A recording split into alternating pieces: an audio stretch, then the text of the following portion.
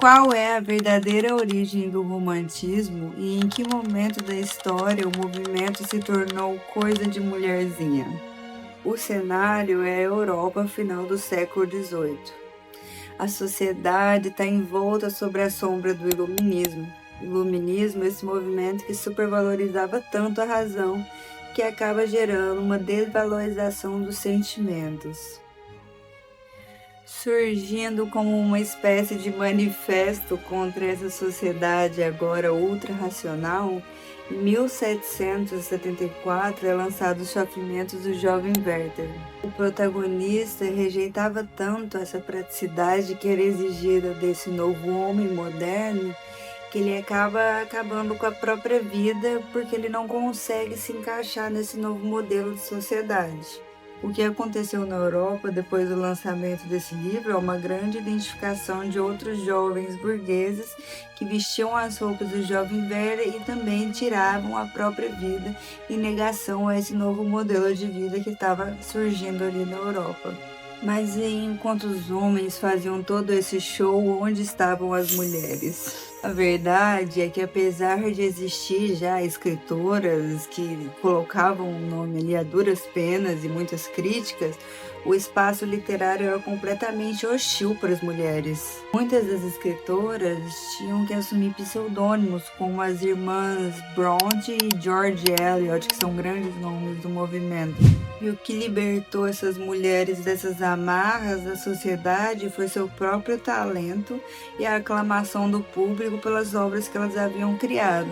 Quando elas conseguiram o dinheiro necessário, o prestígio necessário para se sentirem seguras, aí elas se revelaram como as verdadeiras autoras daquelas obras. E foi aí então que acabou gerando esse estrondo das mulheres no romantismo. Com o sucesso óbvio daquelas obras, já não podia se falar que as mulheres eram incapazes de criar aquele tipo de produto. O que aconteceu então foi mudar o pensamento em relação ao produto.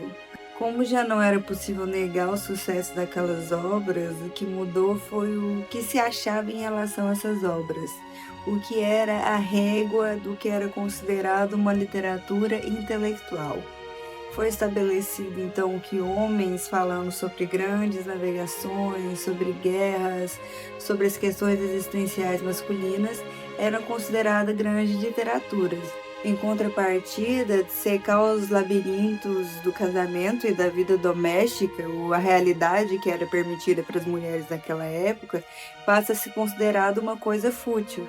Existe uma obra que eu adoro que se chama Um Teto Todo Seu, de Virginia Woolf, que fala sobre o assunto de uma forma muito interessante.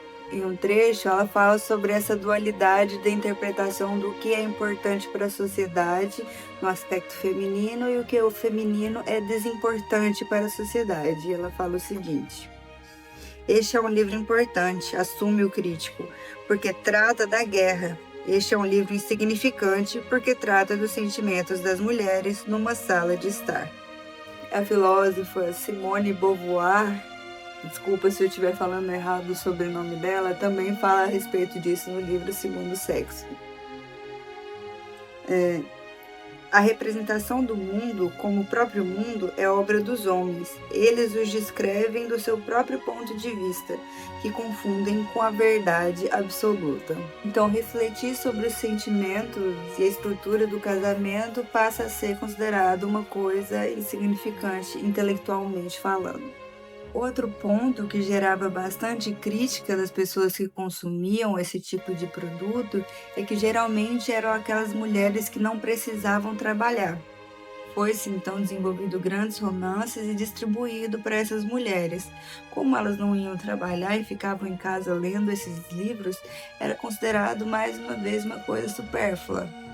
Mas o que era considerado supérfluo para aquelas mulheres era uma forma de escape da realidade e sobrevivência mental.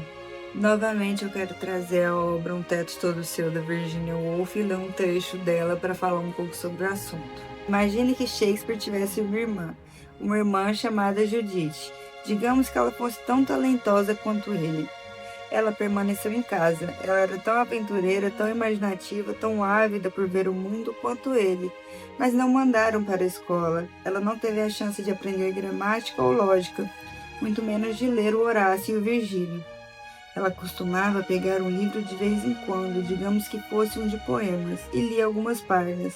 Mas então seus pais apareciam e diziam para ela consertar as meias ou cuidar do ensopado e não ficar tagarelando com livros e papéis. Então esse era o contexto da sociedade naquele momento. Por viverem enclausuradas sobre essas regras da sociedade, o romantismo acabava sendo um refúgio para as mulheres poderem imaginar uma vida que elas poderiam ter, uma vida em que elas seriam livres. Através de heroínas imortais como Elizabeth Bennet, que batia de frente com os comportamentos aristocratas, ou quando a Jane Eyre, mesmo apaixonada, exigia ser tratada como uma igual, as leitoras que as acompanhavam viviam essa liberdade que elas almejavam através dessas personagens. E acontece que esses ideais ultra-racionalistas vindos do iluminismo permaneceram de certa forma até hoje. E essa postura mais romântica e passional é considerado um erro no que a sociedade acredita que seja o ser humano ideal, que seria um ser humano útil, prático e funcional. Na nossa realidade, as mulheres podem não estar mais em amarras tão literais como essas mulheres do movimento romântico lá no início. Mas os ideais românticos floreiam nas mulheres a ideia de que elas podem ter expectativas mais altas sobre seus parceiros e sobre como vai ser a vida e o mundo dela.